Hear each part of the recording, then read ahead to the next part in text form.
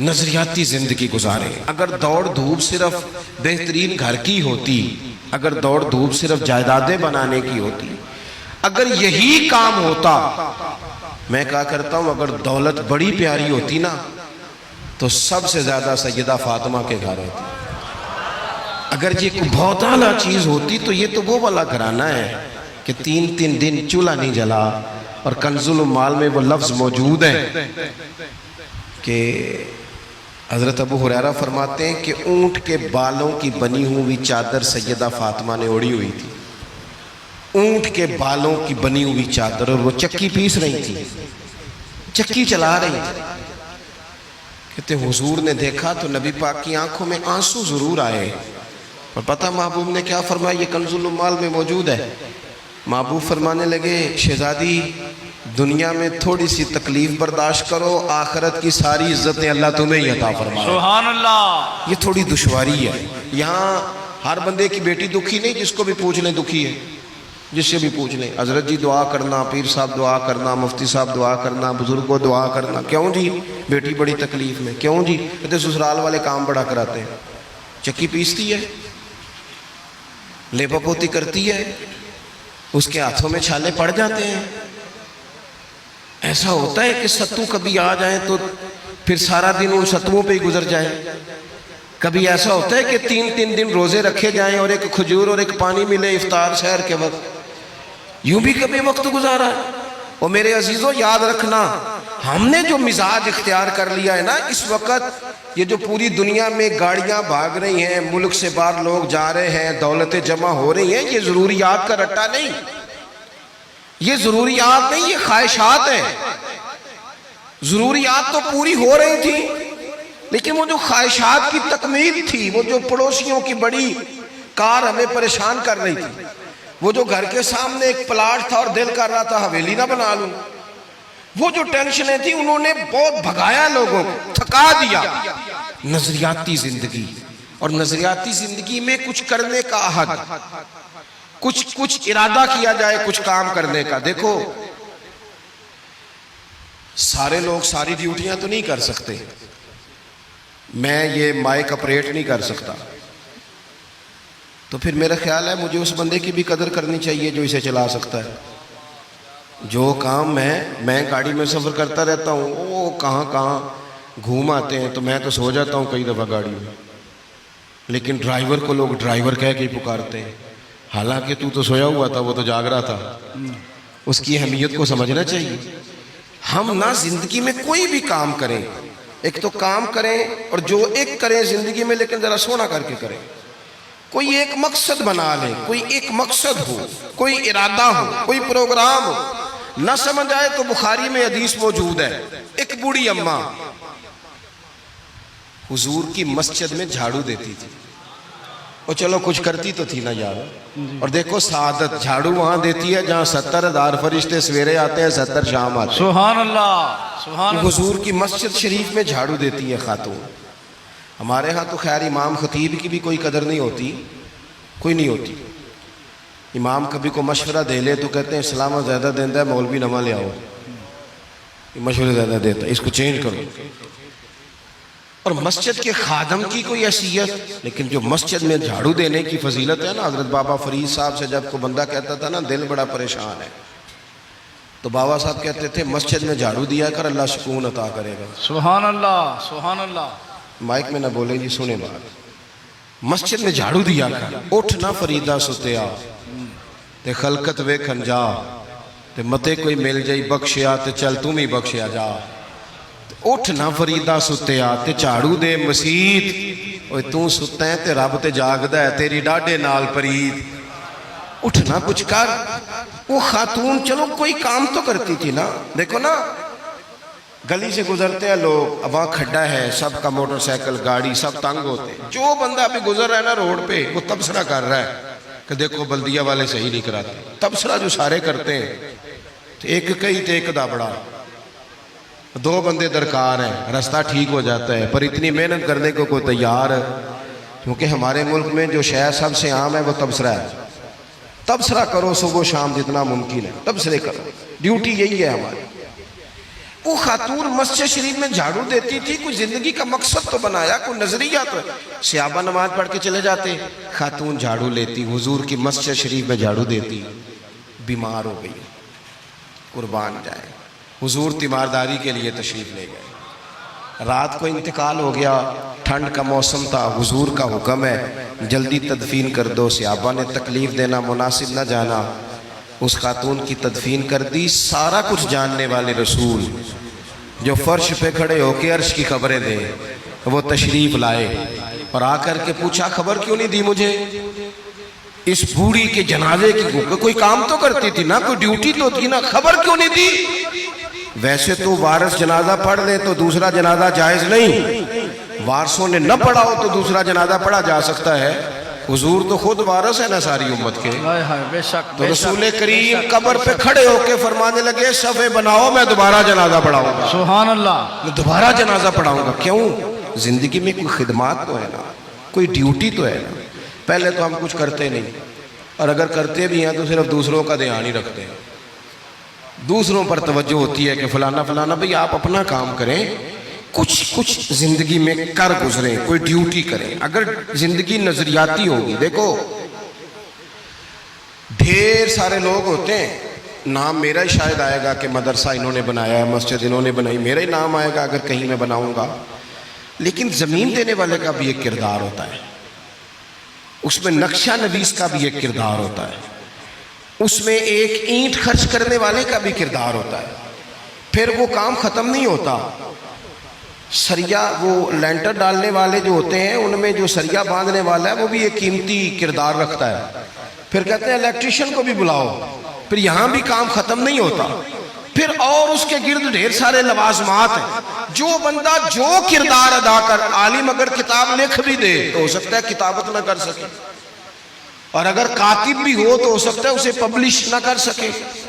تو یہ کچھ نہ کچھ خدمات، کچھ نہ کچھ ڈیوٹیاں۔ حضرت مولا علی شیر خدا نے چھوٹی عمر میں کہا تھا یا رسول اللہ دین کی مدد بھی کروں گا، آپ کی حفاظت بھی کروں گا۔ 63 سال عمر پائی اور ہر میدان میں اگلی صفوں میں، ہر میدان میں اگلی صفوں میں، ہر میدان میں اگلی۔ حضور سے وعدہ کیا تھا یا رسول اللہ ڈیوٹی کریں گے، خدمت کریں گے۔ ہمارے ہاں یہاں تو منصوبہ بندی ہو رہی ہے، امام غزالی سے آ کے کسی نے کہا حضور کو بندہ مخلص ملتا ہی نہیں، یہ بھی غلط ہو گیا وہ بھی غلط ہو گیا، تو امام صاحب فرمانے لگے چل تو ہی مخلص ہو جا، تیری شکل میں تو کچھ لوگوں کو مخلص بندہ مل جائے، کچھ کر تو صحیح نا، صرف تبصرے۔ حضرت مولا کائنات نے عمر مبارک ساری دین کی خدمت میں لگائی، تو جب 63 سال کی عمر میں خنجر لگانا تو لوگ تو کہتے ہیں نا میرے پتر کا دھیان رکھنا اور میرے بچوں کا خیال کرنا اور فلانی ڈیوٹی کرنا۔ تو جب خنجر لگا تو حضرت علی کیا کہہ رہے تھے؟ فرما رہے تھے مجھے کعبے کی رب کی قسم علی تو کامیاب ہو گیا ہے، یہ دیکھو پانی پرن سہیلیاں تے رنگا رنگ کڑے تے پریا تے اس دا جانی ہے نا جس دا توڑ چڑھے۔ فرمایا دیکھو میں نے کوئی ارادہ کیا تھا، آج میں کامیاب ہوا۔ باتیں زیادہ نہیں کرنی، بس ختم کرتا ہوں۔ جب یوں نظریاتی زندگی ہوتی ہے نا، نظریاتی، پھر بندہ تھوڑی سی تکلیف بھی سہ لیتا ہے۔ کوئی کام کر رہا ہے نا بندہ، صحیح بخاری میں حدیث ہے، ایک خاتون نے آ کے عرض کیا تھا یا رسول اللہ صلی اللہ علیہ وسلم مجھے مرگی کا مرض ہے، بڑی تکلیف میں ہوں۔ اللہ کے محبوب علیہ السلام سب کے لیے دعا کرتے، بلکہ حضور تو دست شفا پھیرتے تو اللہ کرم فرما دیتا، لیکن نبی پاک صلی اللہ علیہ وسلم کی خدمت میں عرض کی یا رسول اللہ صلی اللہ علیہ وسلم مرگی ہے۔ تو آج حضور نے انوکھی بات کی، وہ پیچھے صاحبزادہ بشیر صاحب تشریف لائیں، آگے تشریف لے آئیں۔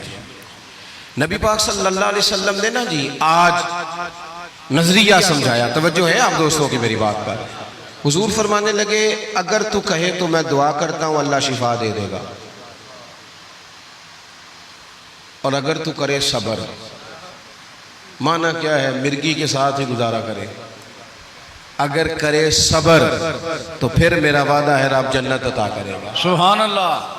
ویسے ہم پیر صاحب کے پاس، سید صاحب کے پاس، بزرگوں کے پاس جائیں، پیر صاحب ہمیں کہیں کہ گوڑا ٹھیک کرانا ہے درد کے یہاں جنت چاہیے، ساڑھا کی جواب ہے اے گوڑے دا کچھ کرو نا جی، یہ سون نہیں دینا، یہی جواب ہے نا۔ لیکن نظریاتی لوگ نظریاتی ہوتے ہیں۔ نبی پاک صلی اللہ علیہ وسلم نے فرمایا کہ تو بتا، اگر تو کہے تو دعا کرتا ہوں اللہ شفا دے دے گا، اور اگر صبر کرے تو پھر تیرے لیے جنت ہے۔ اس خاتون نے ایک منٹ نہیں لگایا سوچنے پہ، یہ نظریاتی لوگ ہوتے ہیں۔ عرض کی یا رسول اللہ آپ دعا کر دیں رب مجھے جنت ہی عطا کرے۔ سبحان اللہ۔ کیا مطلب کہ میں گزارا کر لوں گی مرغی کے ساتھ، صبر کر لوں، مجھے اللہ جنت دے۔ حضور نے دعا کر دی۔ خاتون عرض کرنے لگی حضور جب مرغی ہوتی ہے تو جسم سے کپڑا ہٹ جاتا ہے، حیا آتی ہے، خاتون ہوں، عورت ہوں، تکلیف محسوس کرتی ہوں۔ محبوب نے دعا کر دی۔ صحابہ کہتے ہیں جتنی بھی مرغی ہوتی تھی اس کے کپڑے نہیں جسم سے ہٹتے تھے، جتنی مرضی بھی ہو کپڑا قائم رہتا تھا۔ دیر تک وہ بوڑھی اماں زندہ رہیں۔ خواتین ایک دوسرے سے کہا کرتی تھی کسی نے جنتی دیکھنی ہے تو اس بی بی کو دیکھو، اسے دنیا میں حضور نے جنت کی بشارت عطا کی۔ سبحان اللہ، سبحان اللہ۔ نظریہ ہوتا ہے، نظریہ۔ ویسے آنا جانا، تصویریں بنانا، گھومنا پھرنا، پلاننگ کرنا چلتا رہتا ہے، لیکن جو نظریاتی لوگ ہوتے ہیں انہیں ذرا تھکاوٹ بھی تھوڑی ہوتی ہے۔ نظریے کے لیے کام کر رہے ہیں نا، وہ بھاگتے ہیں، ان کا بھاگنا انہیں تھکاتا نہیں۔ جب آپ نظریاتی ہیں تو صبح قیامت پہ نظریاتی اور غیر نظریاتی لوگوں کا نتیجہ کیا ہے؟ یوم نحشر المتقین الی الرحمن وفدا۔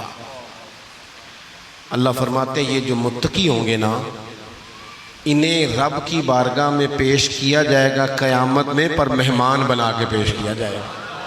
ان کا میزبان رب ہوگا، چونکہ انہوں نے زندگی تقوی میں گزاری، محتاط وقت گزارا۔ وَنُسُوقُ الْمُجْرِمِينَ إِلَىٰ جَهَنَّمَ وِرْدًا۔ اور یہ جو مجرم ہیں جنہوں نے جرم کیے، من پسند زندگی گزاری، فرمایا انہیں پیاسے ہانک کے دوزخ میں پھینک دیا جائے، پیاسے ہانکے جائیں گے جہنم کی طرف۔ اپنی زندگی میں کچھ ارادہ کریں۔ دیکھیں دھوپ چھاؤں آئے گی، وہ ہمارے یہاں کچھ لوگ کہتے ہیں دکھی بڑے ہیں جی، ہنسے کیسے؟ تو میں کہا کرتا ہوں کہ اتنی تکلیفیں کسی کو نہیں آئیں جتنی حضور کو آئی ہیں۔ پر آپ فرمان پڑھیں، حضرت حارث بن عبداللہ کہتے ہیں میں نے تو مدینے والے محبوب کو جب بھی دیکھا ہے مسکراتے دیکھا ہے۔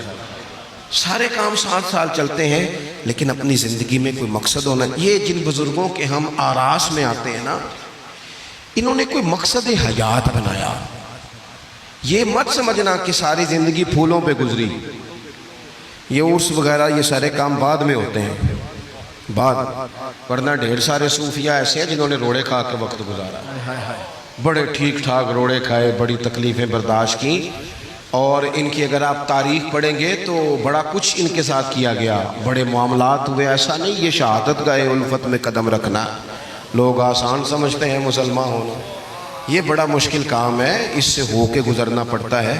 لیکن ڈیوٹی کریں، کوئی کام کریں، کچھ اپنے ذمے لیں۔ یہ جو ہم وقت گزار رہے ہیں نا جی، آپ یہاں کیوں بیٹھے کہتے ہیں ٹائم پاس کر رہا ہوں، تو میں کہتا ہوں اتنا ٹائم کہاں سے آیا جو آپ کو پاس کرنا پڑا؟ بہت سارے لوگ کہتے ہیں جی میں بور ہو رہا ہوں، تو میں کہتا ہوں یار بور ہونے کا ٹائم بھی تو ہونا چاہیے نا بندے کے پاس۔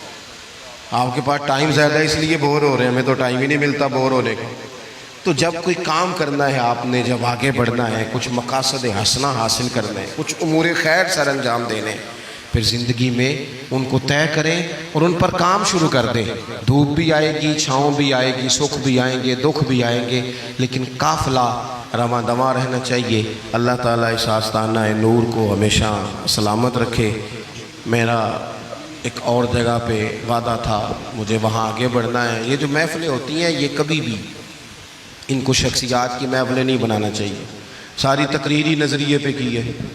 محفلیں تو حضور کے نام کی، کوئی آئے گا کوئی جائے گا، یہ تو سلسلہ چلتا رہتا ہے، اس میں کبھی بھی یہ فوکس نہ کریں۔ آپ حضرت کے لیے آئے ہیں، بزرگوں کے لیے آئے ہیں۔ میں نے جب وعدہ کیا تھا تبھی گزارش کی تھی کہ مجھے اتنے کو بجے آپ موقع دے دیں تاکہ مجھے آگے بڑھنا ہے۔